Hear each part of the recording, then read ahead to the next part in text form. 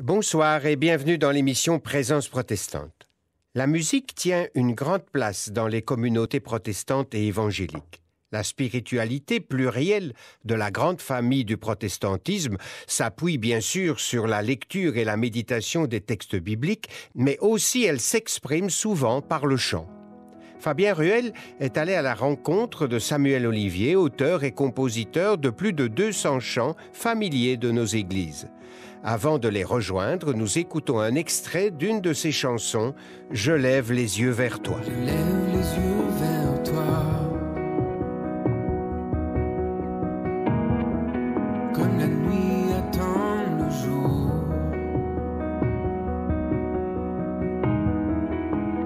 Viens et réponds-moi.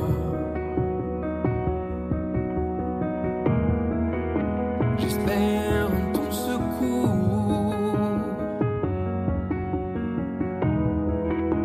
Je lève les yeux vers toi, comme la terre espère la pluie. Bonsoir à tous, très heureux d'accueillir ce soir Samuel Olivier, auteur, compositeur, interprète avec qui nous parlerons de la musique et de sa présence dans la Bible. Oui mais oblige, nous aurons aussi une pensée pour toutes les victimes de la Shoah au travers du témoignage d'une poignante composition de notre invité à ce sujet. Nous y reviendrons plus tard. Samuel Olivier, bonsoir. Bonsoir. Qui êtes-vous rapidement ? Alors, je suis père d'une petite famille, du coup je suis marié, j'ai un petit garçon, j'habite en région parisienne, et puis dans la vie je suis ingénieur du son, et puis j'ai quelque chose d'un peu particulier que je fais, c'est que j'anime en fait les chants de louanges dans les assemblées protestantes évangéliques en France, donc dans mon église locale en région parisienne, puis aussi un peu partout où on m'invite. Quel a été votre parcours spirituel, Samuel ? J'ai un parcours un peu atypique. Je suis tombé dans l'église évangélique baptiste quand j'étais petit. Mes parents étaient très impliqués dans l'église locale dans laquelle on était. Mon grand-père était le pasteur de la communauté, donc j'ai passé tous mes week-ends un peu au culte ou dans des activités d'église. Donc ça, j'ai toujours un peu baigné dans cet environnement-là. Quand j'étais adolescent aussi, je faisais beaucoup de camps de jeunes où j'ai rencontré beaucoup d'autres enfants qui partageaient plus ou moins ma foi, avec des fois des cultures différentes, des protestants, des catholiques, des évangéliques. Et donc ça m'a permis aussi de m'ouvrir un petit peu sur des manières de vivre ma foi un peu différentes. Et quand j'étais jeune adulte, j'ai débarqué à Paris pour mes études, et là, je savais pas trop quelle communauté rejoindre, et j'ai débarqué, un peu au hasard, dans une église protestante dans le 20e arrondissement. Ça s'appelait encore l'église réformée en France, on a changé de nom après, mais c'était l'église réformée de Belleville, où j'ai passé 14 ans. C'est là-bas, je pense que j'ai commencé à vivre une vraie expérience spirituelle profonde et personnelle. J'avais vécu des choses aussi dans mon parcours familial, mais là j'étais seul, j'étais à Paris, j'étais jeune adulte et j'ai commencé à m'approprier vraiment les éléments de ma foi. Et puis c'est là aussi qu'on m'a confié cet aspect musical, cet aspect aussi d'utiliser les chants et la musique pour accompagner la liturgie des cultes et accompagner ce moment de communion avec Dieu au travers du chant et de la musique. Et justement, parlons-en de cette musique dans la Bible, elle est omniprésente. Alors effectivement, quand on regarde un peu le texte de la Bible, on se rend compte que la louange, c'est pas juste une invention du 20e ou 21e siècle. C'est vraiment quelque chose qui qui traverse tout le texte biblique. Dans l'Ancien Testament, le peuple des Hébreux a toute une tradition de liturgie et de louange. Il y a beaucoup de chants et de musique en fait dans l'Ancien Testament. On pense aux psaumes, bien sûr, par exemple, mais c'était quelque chose qui était vraiment imbriqué dans la vie spirituelle du peuple d'Israël à l'époque. Et puis dans le Nouveau Testament, c'est une dimension qui est toujours très présente. Je pense à l'apôtre Paul notamment, qui exhorte à s'édifier mutuellement avec des cantiques, avec des hymnes, avec des chants inspirés. Et donc c'est vraiment quelque chose qui était présent dans toute l'histoire de l'Église. On pense aux moines dans les monastères au Moyen Âge, on pense à toutes ces traditions-là, à Luther bien sûr aussi, avec la Réforme qui va vraiment se réapproprier aussi ces chants. Et donc dans tout au long de l'histoire de l'Église, finalement, cette dimension de louange, elle est présente et elle accompagne en fait la manière de s'approcher de Dieu voilà, des chrétiens depuis très longtemps. On le voit aujourd'hui, beaucoup de choses bougent dans les églises.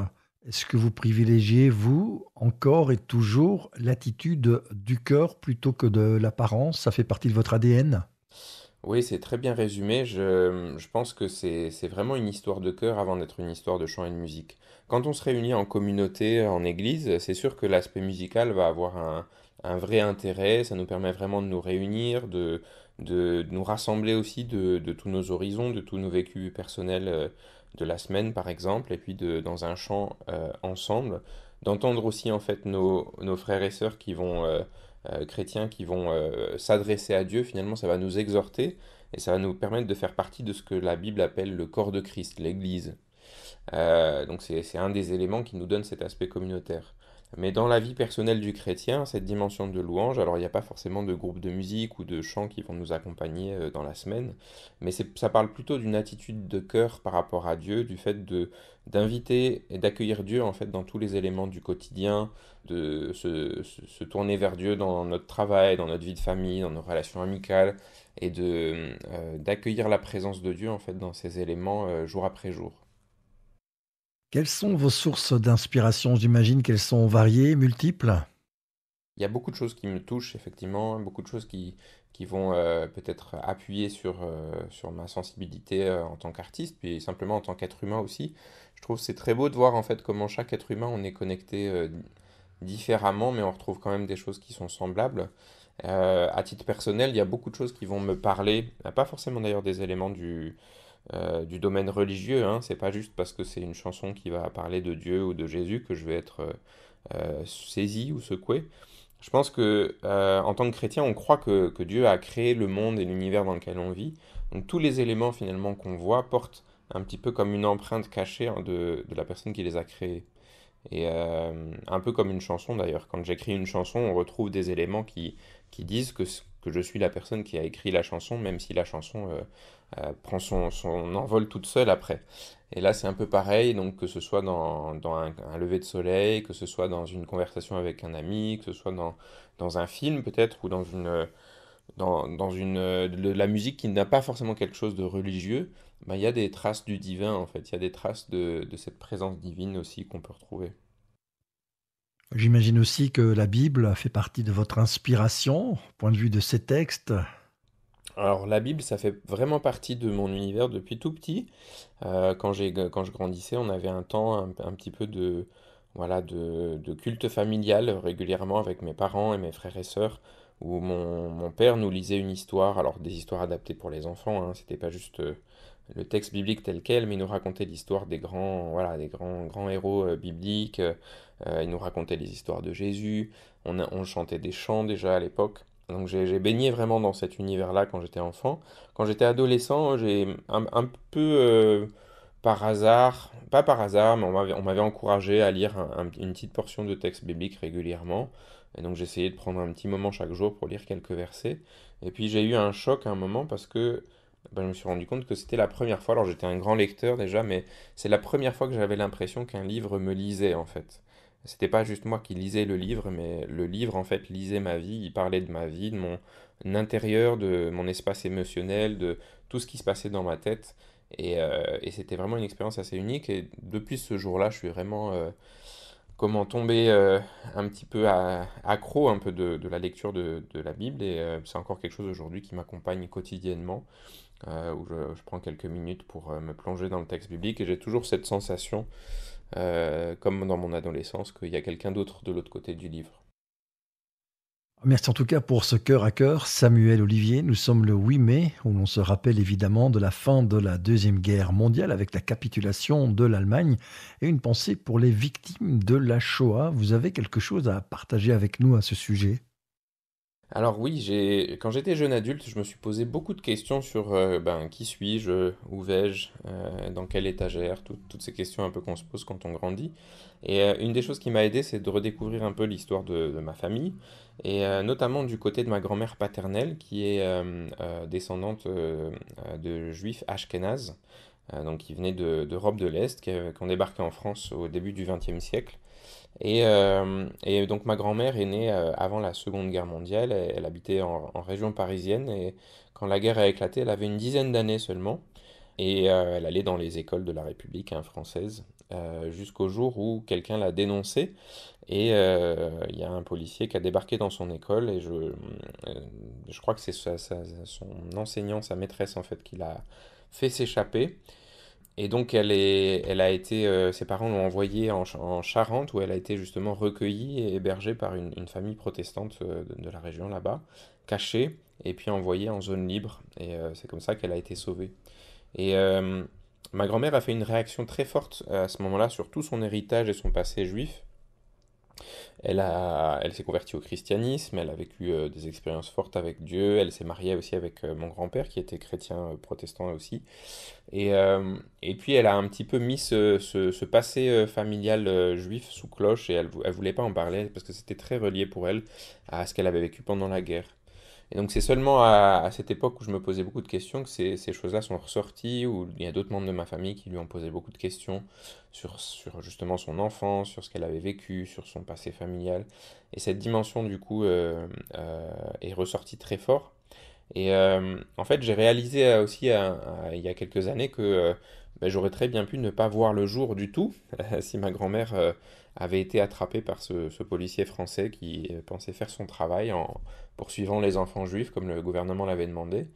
En région parisienne, on a à Drancy, en fait, il y a cet endroit de mémoire un peu où on voit justement les rails sur lesquels les trains partaient pour les camps de concentration avec la rafle du Veldiv et tout ça. Et c'était vraiment à cette époque-là, en fait, que ma grand-mère s'est échappée. Donc elle aurait vraiment pu être envoyée en camp de concentration et ne jamais revenir. Et du coup, il y a tout un pan de notre famille qui n'aurait pas existé, tout simplement. Et il y a 3-4 ans, j'ai été contacté par une organisation qui s'appelle les Marches de Vie, qui a été inventée en Allemagne. C'est un pasteur allemand qui fait ce travail de mémoire, d'appropriation et puis aussi de réconciliation entre des descendants de juifs qui sont morts pendant la guerre et puis des descendants d'anciens nazis, enfin des nazis du coup pendant la guerre où les descendants réalisent en fait ce que leurs ancêtres ont fait et font des démarches de demande de pardon et de repentance et du coup ils organisent en fait des événements ensemble, les descendants juifs et les descendants en fait de nazis pour célébrer le vivre ensemble et puis le fait d'aller au-delà justement de la haine, de la colère, du racisme et tout ça. Et donc ils m'ont contacté, ils m'ont dit écoutez, est-ce que vous voudriez composer un chant pour c'était une cérémonie à Drancy justement de souvenir de tous ces enfants notamment qui sont partis en camp de concentration pendant la guerre. Et du coup ça m'a replongé aussi dans mon histoire familiale et j'ai écrit ce chant donc Dealer. Samuel Olivier, merci d'avoir été avec nous. On se quitte avec un extrait de ce titre, justement. Au revoir. Je me souviens du regard de ma mère, la tristesse infinie de son visage, l'étoile qui brillait sur son cœur et dans ses yeux, l'innocence bannie de son image. Quand elle m'a dit ils vont venir, c'est sûr. Nous dédions ce chant de Samuel Olivier, Dealer, aux victimes de la Seconde Guerre mondiale et aux victimes bien sûr de la Shoah, dont une journée internationale leur est dédiée en ce 8 mai. Vous pouvez retrouver cette émission sur Ovio et notre site www.aprt.be. C'était Présence protestante, à samedi prochain et une belle soirée à vous. Ce jour-là, cours si loin que tes pieds t'entraînent. Cache-toi, fais qu'un jour nos enfants se souviennent. Dis-leur pour que les trains de l'horreur jamais ne roulent plus, pour que personne n'oublie ceux qui ont disparu, pour que l'histoire ne se répète pas